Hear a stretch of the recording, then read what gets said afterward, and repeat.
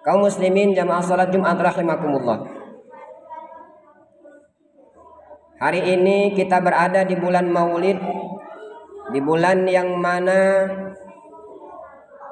junjungan kita, Nabi kita yang sangat kita muliakan, Nabiuna Muhammad sallallahu alaihi wasallam dilahirkan.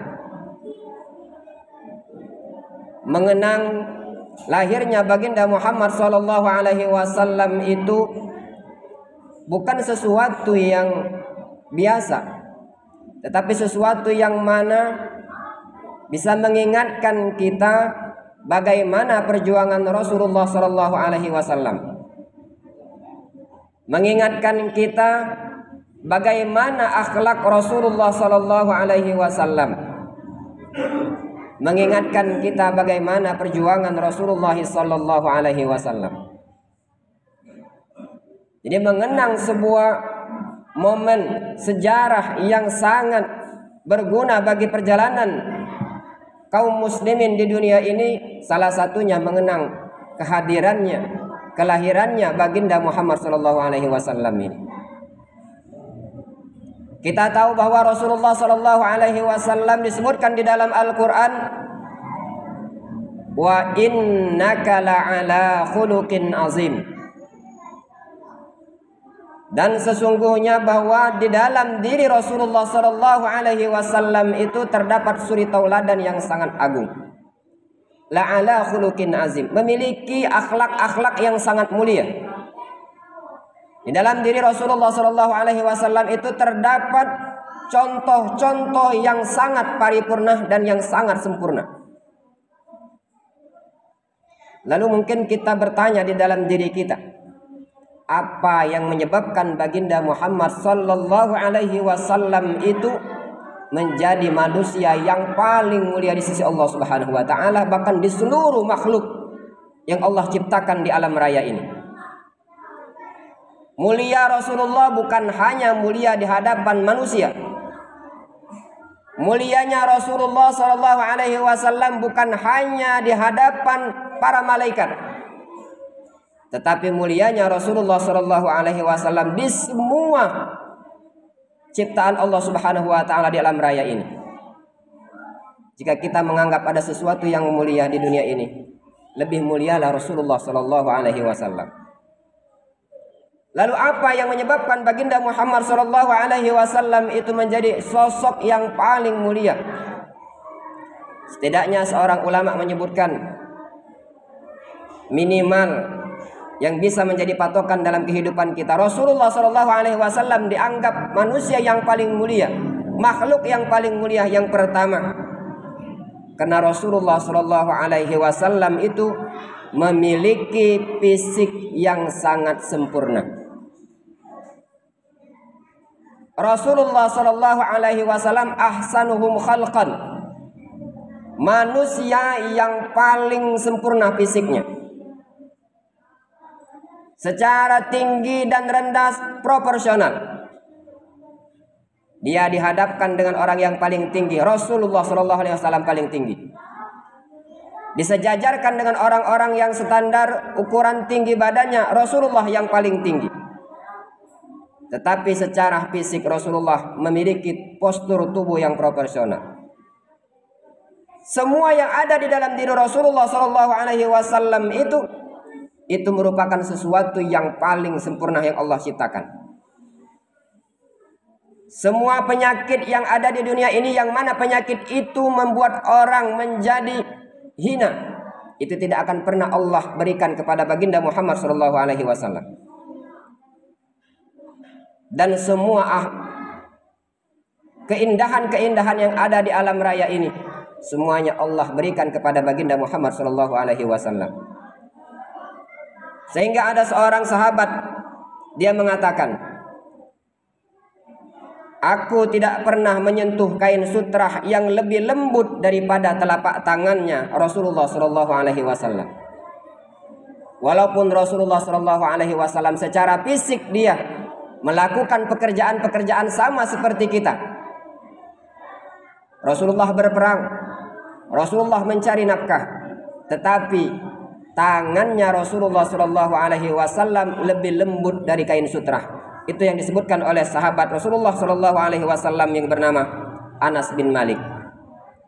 Lalu dia mengatakan, dan tidak pernah aku mencium aroma yang lebih harum daripada aroma bau badannya Rasulullah Shallallahu Alaihi Wasallam. Ini yang pertama yang menyebabkan Rasulullah Shallallahu Alaihi Wasallam manusia yang paling mulia. Tentu hal semacam ini kita tidak bisa untuk menirunya, karena ini adalah pemberian langsung dari Allah Subhanahu wa taala. Tetapi ada yang kedua yang menyebabkan Rasulullah Shallallahu Alaihi Wasallam itu menjadi manusia yang paling mulia, yakni kebersihan badan dan tempat. Rasulullah Shallallahu Alaihi Wasallam sangat memperhatikan kebersihan.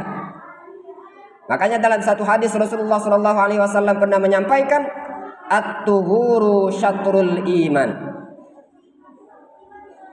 Kesucian itu, kebersihan itu adalah bagian daripada iman.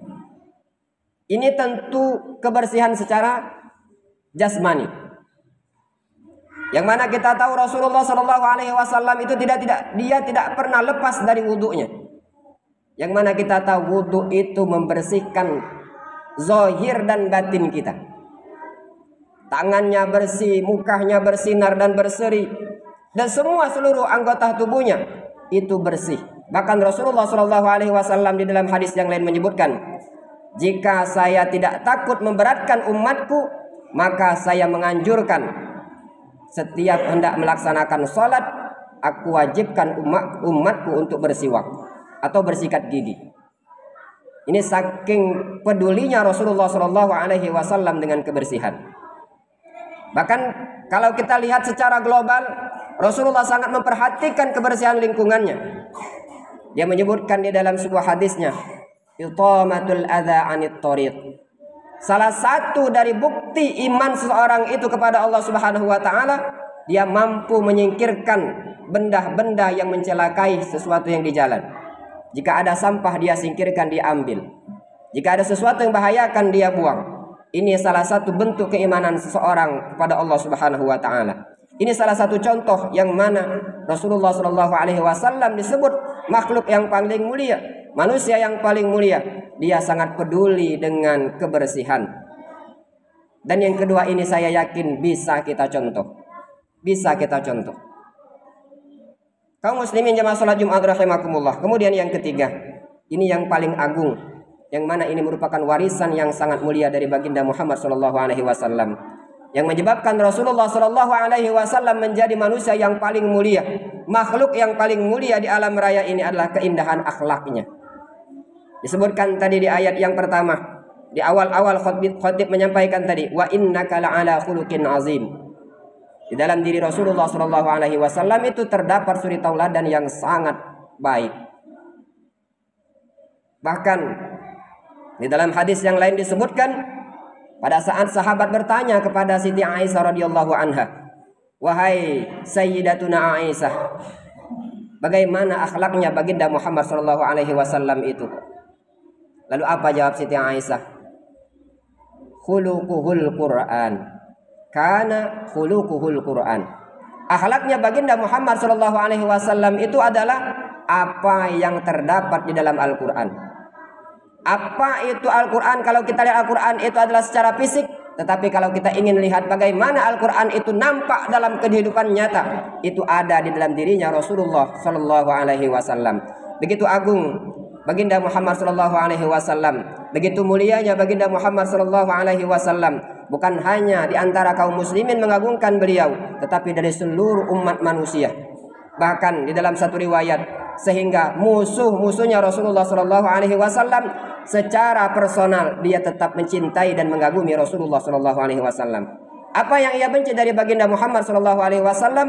Yang ia benci karena Rasulullah Sallallahu Alaihi Wasallam mengganggu aktivitasnya dari menyebarkan agamanya. Ini yang menyebabkan para Abu Lahab, para Abu Jahal benci kepada baginda Muhammad Sallallahu Alaihi Wasallam. Tetapi secara pribadi, secara personal, dia sangat cinta kepada baginda Muhammad sallallahu alaihi wasallam. Kaum muslimin jemaah salat Jumat rahimakumullah.